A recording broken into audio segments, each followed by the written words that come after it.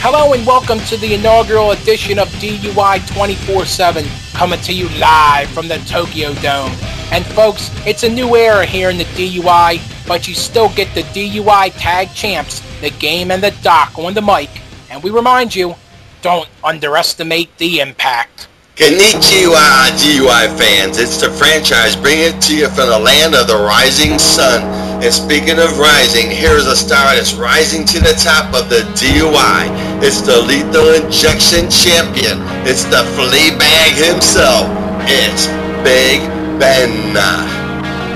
And Ben's coming out here ready for some action and some in-ring work as he prepares for his huge championship match with the RD this Thursday. And as Doc said, Ben is the new DUI Lethal Injection Champion. And it's nice to see him showing some respect to the belt, keeping it polished up and shining bright. Well, it's good that Ben has learned some respect.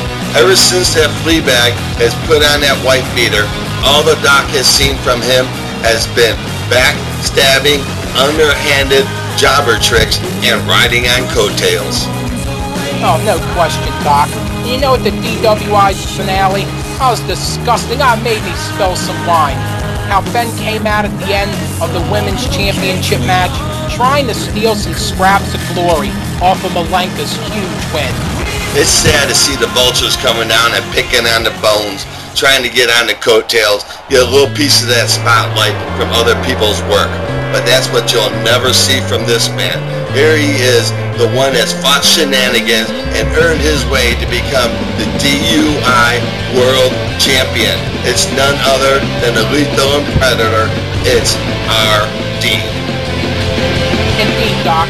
RD truly makes Lethal Injection proud. And he's coming out here very focused. You know, Ben and RD, they both wanted some in-ring work to get prepared for the huge title-for-title unification match that will happen at the official DUI premiere. And RD, he's really on top of his game. He was dominant in that joke of a ratings chamber match at the DWI finale. He plowed through the competition, and he showed us all why he is a true champion. Well, being a champion yourself, Game, you know that the only way to get there is by plowing through the competition. And that's what they say this man can do. He can plow through the competition and grab a championship. It's Japan's Kamari. Wow, Doc, and look at this guy. He's a very impressive figure. He comes in about 6'10", over 300 pounds. He's known all throughout Japan as a warrior and a champion. And you know, folks, that's what we did. We put out the call that the DUI was coming, that if you wanted an opportunity to showcase your skills, just come on down and show us. And this man right here, he was one of the first ones to step up to the plate. That's right. And when they started telling me about Kamari, I was saying to myself, well, who is this guy? And they said, that means God of Thunder. So I started thinking, well... Whoa! Oh, I guess he does mean business, Doc. And I guess now I know why they call him the God of Thunder.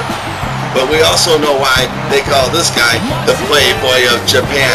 It's the ladies' favorite. It's none other than Maijingo Seto.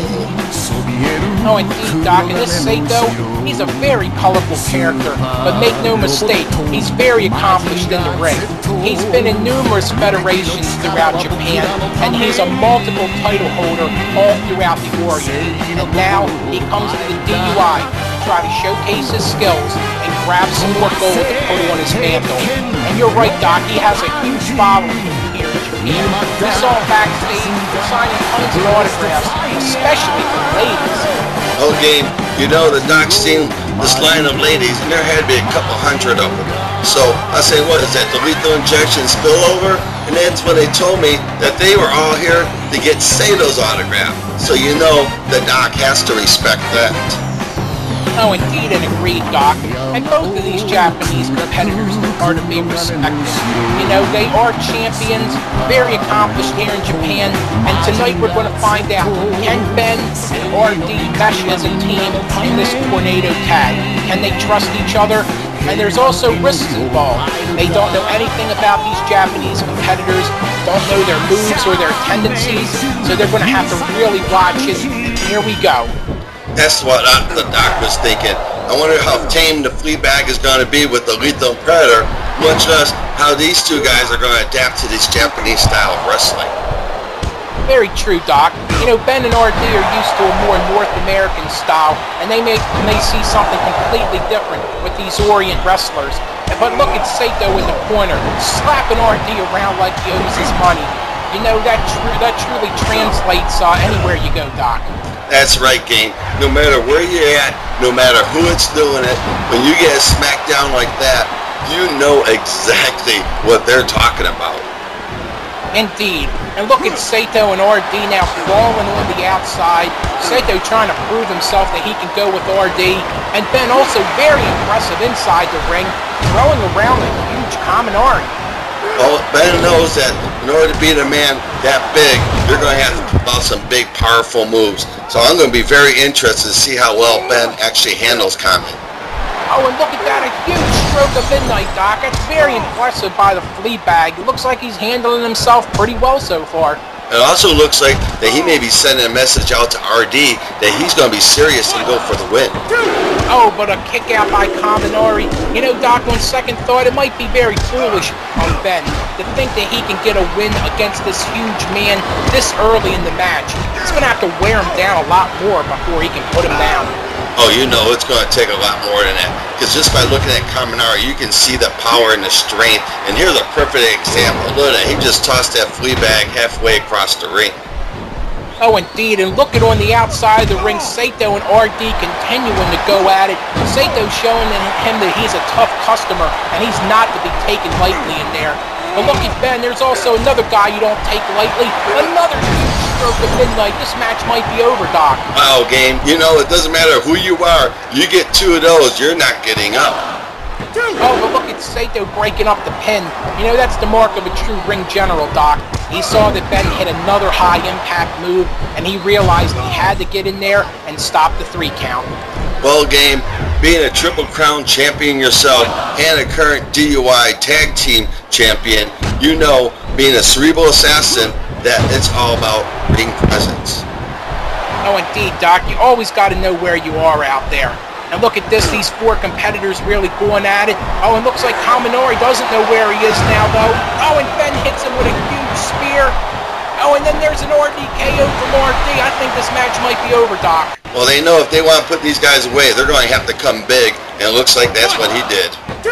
Oh, the 4-5 is coming down there. Sarah Jane, this one's over, folks. Another huge win for Ben, and a huge win for these two in this tag team match as they get prepared for their unification title match just days away.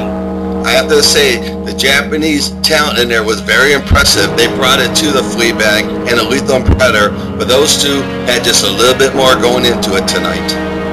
Oh, no question, Doc, and they're going to have to be on their A game if either one of these two hopes to win that unification match and become champion. And this is nice to see, though. A show of respect and brotherhood outside the ring. It should be a... Oh, look at this now. What the hell? Oh, man, it looks like the Fleabag's become a rabid mutt. Look at that disgusting backstabbing jobber tactics. Oh, it's just sad, Doc. Indeed, and agreed.